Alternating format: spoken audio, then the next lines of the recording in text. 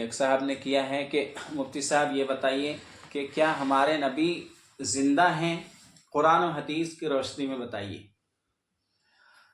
کل وقت کم تھا، اس لیے زیادہ وقت سبق کے اندر چلا گیا تھا، اس لیے کل جواب نہیں دے پایا۔ انشاءاللہ آج اس کا مفصل جواب دیا جائے گا قرآن و حدیث کی روشنی میں۔ جی، جتنی آپ کو صحیح بخاری ہی پڑھائی جا رہی ہیں، اس لیے ساری حدیثیں صحیح بخاری کی ہی ہیں، صحیح بخاری ہی چل رہی ہے۔ کیونکہ بہت دنوں کے غور فکر کے بعد مسئلہ سامنے آیا کہ سب لوگ صحیح بخاری ہی کی رٹ لگاتے ہیں، تو کیوں نہ صحیح بخاری ہی آپ کے سامنے رکھی جائے۔ صحیح بخاری سے تمام حدیثیں پڑھی جا رہی ہیں، دلیلیں بھی دے دی جائیں گی آپ کو۔ حدیثیں انشاءاللہ گروپ کے اندر بھیج دی جائیں گی۔ آج 5 حدیثیں ہو گئی، کل سے آج تک وضو کی تمام بھیج دی جائیں گی۔ تو سوال پوچھتے ہیں کہ کیا اللہ کے نبی زندہ ہیں؟ قرآن و حدیث کی روشنی میں بتائیں۔ جی، اہل سنت والجماعت کا ہمیشہ سے یہ عقیدہ ہے، اور یہی عقیدہ اہل سنت والجماعت کو اس کے اندر قائم رکھتا ہے، حق کے اندر، کہ اللہ کے نبی صلی اللہ علیہ وسلم اپنی قبر اطہر کے اندر زندہ ہے،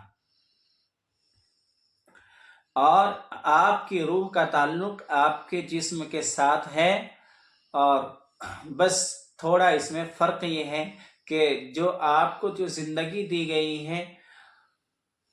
موت وفات ایک نام رکھا گیا آپ کا، جب اس دنیا سے آپ پردہ فرمائے تو اس سے پہلے کی زندگی کو دوسرے لوگ محسوس کرتے ہیں، اور بعد والی زندگی کو دوسرے لوگ محسوس نہیں کرتے ہیں۔ دلیل آپ سنتے چلیے۔ پہلی دلیل تو یہ ہے کہ شہداء کی بات آتی ہے، جو اللہ کے راستے میں شہید کر دیے جاتے ہیں، تو ایسے لوگوں کے بارے میں اللہ کہتا ہے وَلَا تَقُولُوا لِمَنْ يُقْتَلُ فِي سَبِيلِ اللَّهِ، کہ جو اللہ کے راستے میں شہید ہوئے ہیں اس کو وَلَا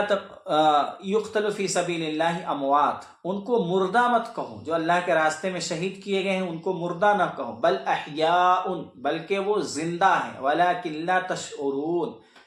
لیکن تم اس کو سمجھتے نہیں ہو۔ یعنی جو شہادت ہے، شہادت کے بعد کی جو زندگی ہے وہ سمجھ میں نہیں آتی ہے کہ کیسی زندگی ہے، بس مان لینا ہے۔ یہاں سے مفسرین نے اس بات کو ثابت کیا ہے کہ الانبیاء افضل من الشہداء، کہ جو نبی ہوتے ہیں وہ شہید سے مقام اور مرتبے میں اور ہر اعتبار سے شہید سے بڑھے ہوئے ہوتے ہیں۔ جب شہید قبروں کے اندر زندہ ہوتے ہیں تو انبیاء بدرجہ اولا اپنی قبروں کے اندر زندہ ہیں۔ تو ان کو کیا نہیں کہہ سکتے؟ وَلَا تَقُولُوا، کہ تم ان کو کیا نہ کہو؟ اموات، یعنی مردہ نہیں کہہ سکتے ہیں نبی کو بھی، اور شہداء کو بھی مردہ نہیں کہہ سکتے ہیں، بل احیاء، بلکہ یہ زندہ ہے، اور زندہ کہنا بھی ہے اور زندہ ماننا بھی ہے۔ لیکن وَلَكِنْ لَا تَشْعُرُونَ، لیکن یہ جو زندگی ہے وہ سمجھ میں نہیں آئے گی۔ یعنی پہلے والی جو زندگی تھی آپ کی، وہ زندگی انسانوں کے ساتھ، صحابہ کے ساتھ، ازواج کے ساتھ، سب کے ساتھ چلنے پھرنے والی زندگی، تکلم کلام کرنے والی زندگی، کھانے پینے والی زندگی تھی، نماز والی زندگی تھی، یعنی اعمال والی زندگی، اور دنیا میں بشر کرنے والی ضروریات کے ساتھ آپ زندہ تھے۔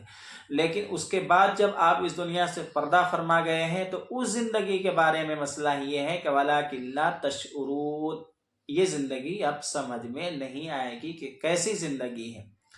لیکن یہ زندگی آپ صلی اللہ علیہ وسلم کو اور شہداء کو اور تمام انبیاء کو برزخ میں ملی ہے۔ جیسا دنیا کے اندر آپ کی روح کا تعلق آپ کے جسم سے تھا، ویسے ہی قبر کے اندر ہے، لیکن یہ زندگی صرف برزخ میں ملی ہے، اسی لیے اس زندگی کو برزخی زندگی کہتے ہیں، لیکن اس کا تعلق دنیا سے ہی ہے۔ جیسے عام مومنوں کو بھی زندگی دی جاتی ہے، یعنی قبر کے اندر حساب و کتاب ہو رہا ہے، فرشتے آ رہے ہیں، جنت کو محسوس کر رہے ہیں یا عذاب کو محسوس کر رہے ہیں، تو یہ ایک طریقے کی زندگی ہے، لیکن ایسی زندگی نہیں ہے انبیاء کی اور شہداء کی، بلکہ اس سے الگ زندگی ہے۔ پھر نبیوں کی زندگی شہداء کی زندگی سے بھی الگ ہے وہاں پہ جا کر۔ بس یہ ہے کہ ہمیں وہ زندگی سمجھ میں نہیں آتی ہے،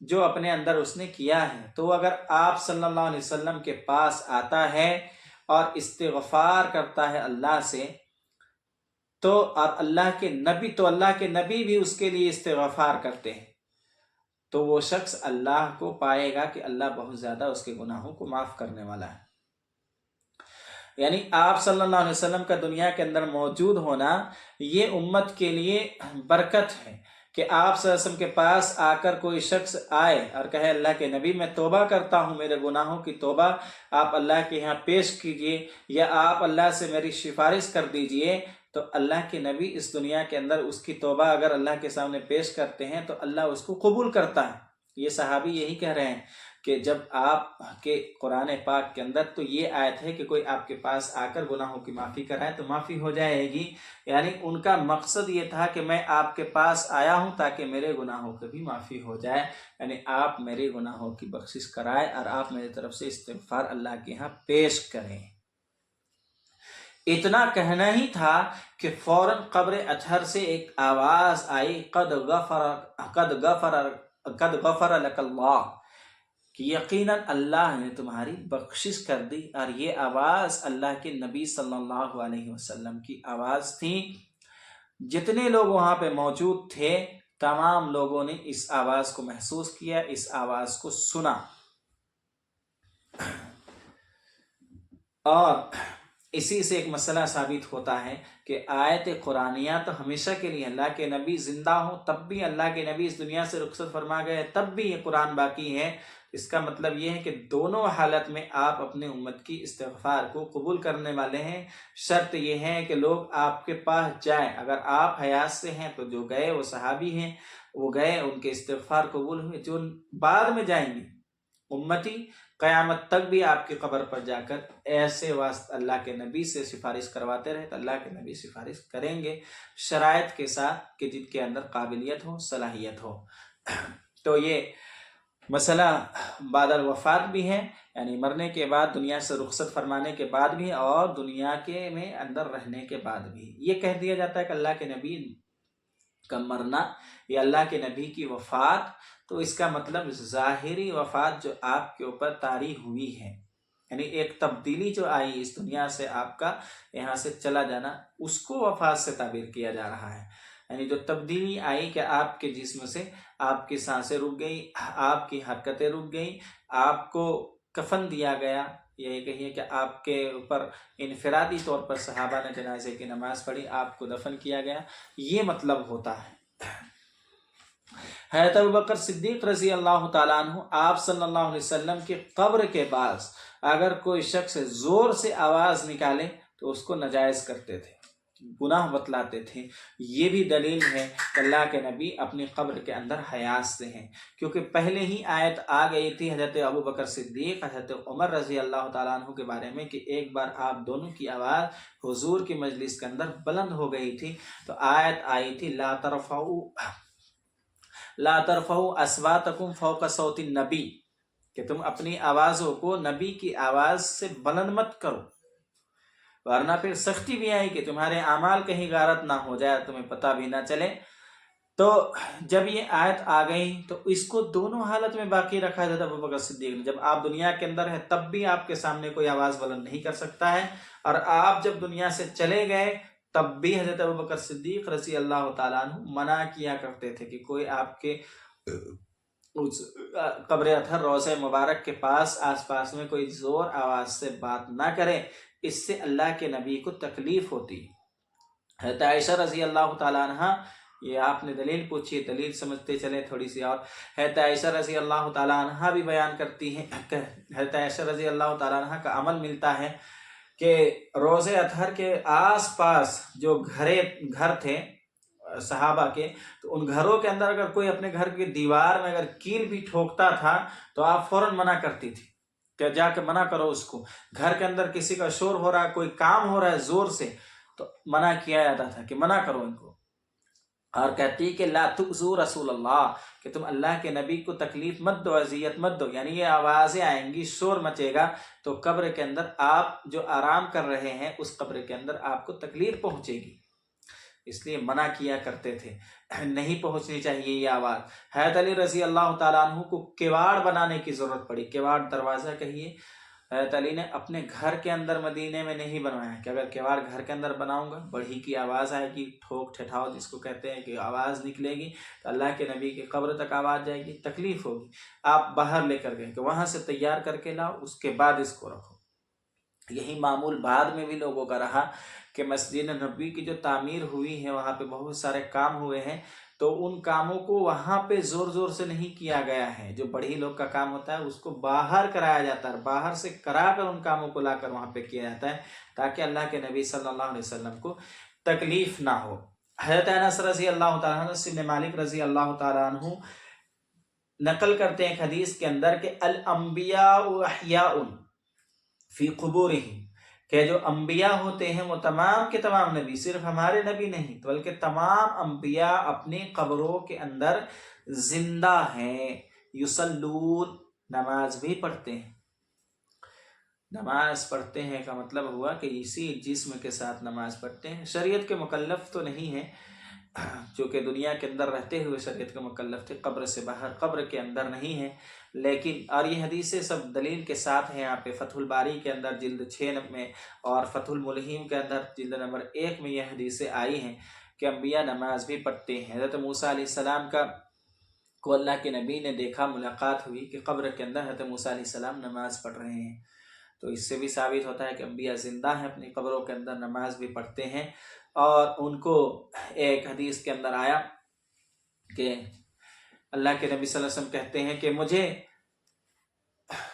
جمعہ کے دن کثرت سے میرے اوپر درود پڑھا کرو، اس لیے کہ جمعہ کے دن میرے اوپر حاضری ہوتی ہے، فرشتوں کی میرے پاس آتے ہیں، درود کو لوگ پہنچاتے ہیں۔ لوگ اس حدیث کو جی آپ کا سوال انشاءاللہ جواب دیا جائے گا۔ میرے پاس فرشتے درود کو پیش کرتے ہیں، جب میرے پاس آتے ہیں پیش کرتے ہیں۔ اور جمعہ روزانہ تو جمعہ کے دن حاضری، تو جمعہ کے دن جو درودیں پڑھی جاتی ہیں اس کو فوراً ہی پہنچا دیا جاتا ہے، ادھر پڑھ رہے ہیں ادھر پہنچ رہے ہیں، ادھر پڑھ رہے ہیں ادھر پہنچ رہا ہے۔ اور کوئی شخص میرے پاس آ کر اگر پڑھتا ہے درود میرے روضہ اطہر کے پاس،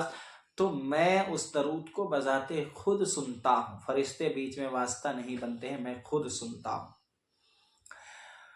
جو راوی ہیں، درود والی حدیث جب آئی تو راوی نے پوچھا اللہ کے نبی سے، اللہ کے نبی، حضرت ابو درداء پوچھتے ہیں کہ قلت بعد الموت، اللہ کے نبی کیا آپ موت کے بعد بھی آپ کو درود کی آواز آئے گی، جو پڑھیں گے لوگ پہنچے گا، یعنی وہاں پہ جا کر؟ تو کہتے ہیں ہاں، وہ بعد الموت، ہاں مرنے کے بعد بھی۔ کیوں؟ ان اللہ حرم علی الارض ان تأکل اجساد الانبیاء، اس لیے کہ اللہ نے زمین کے اوپر اس بات کو حرام کر دیا ہے کہ وہ نبیوں کے جسموں کو کھائے، یعنی زمین اس جسم کو کھا نہیں سکتی ہے، زمین اس جسم کے اندر کوئی نقصان نہیں پہنچا سکتی ہے۔ فنبی اللہ حی، اس لیے کہ اللہ کے نبی فرماتے ہیں، یہ ابن ماجہ کے اندر روایت ہے، ابن ماجہ شریف کے اندر، کہ اللہ کے جو نبی ہوتے ہیں وہ زندہ ہیں، یرزق، اور ان کو روزی دی جاتی ہے، جیسے شہداء کو بھی روزی دی جاتی ہے، ولیکن لا تشعرون، لیکن ہمیں سمجھ میں نہیں آئے گا، چونکہ کھانا اب ان کی غذا الگ ہو گئی ہے اللہ کی طرف سے، اس لیے وہ چیزیں بظاہر نظر نہیں آتی ہیں۔ لیکن انبیاء، اہل سنت والجماعت، خاص کر اہل دیوبند کا یہی عقیدہ ہے کہ انبیاء اپنی قبروں کے اندر آرام کر رہے ہیں، بحیات ہیں،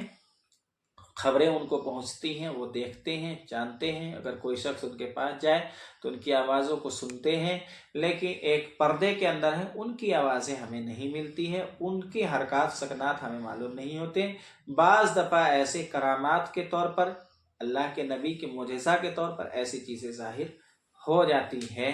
کہ ایک شخص اللہ کے نبی صلی اللہ علیہ وسلم کے پاس ایک شعر لے کر آ رہا ہے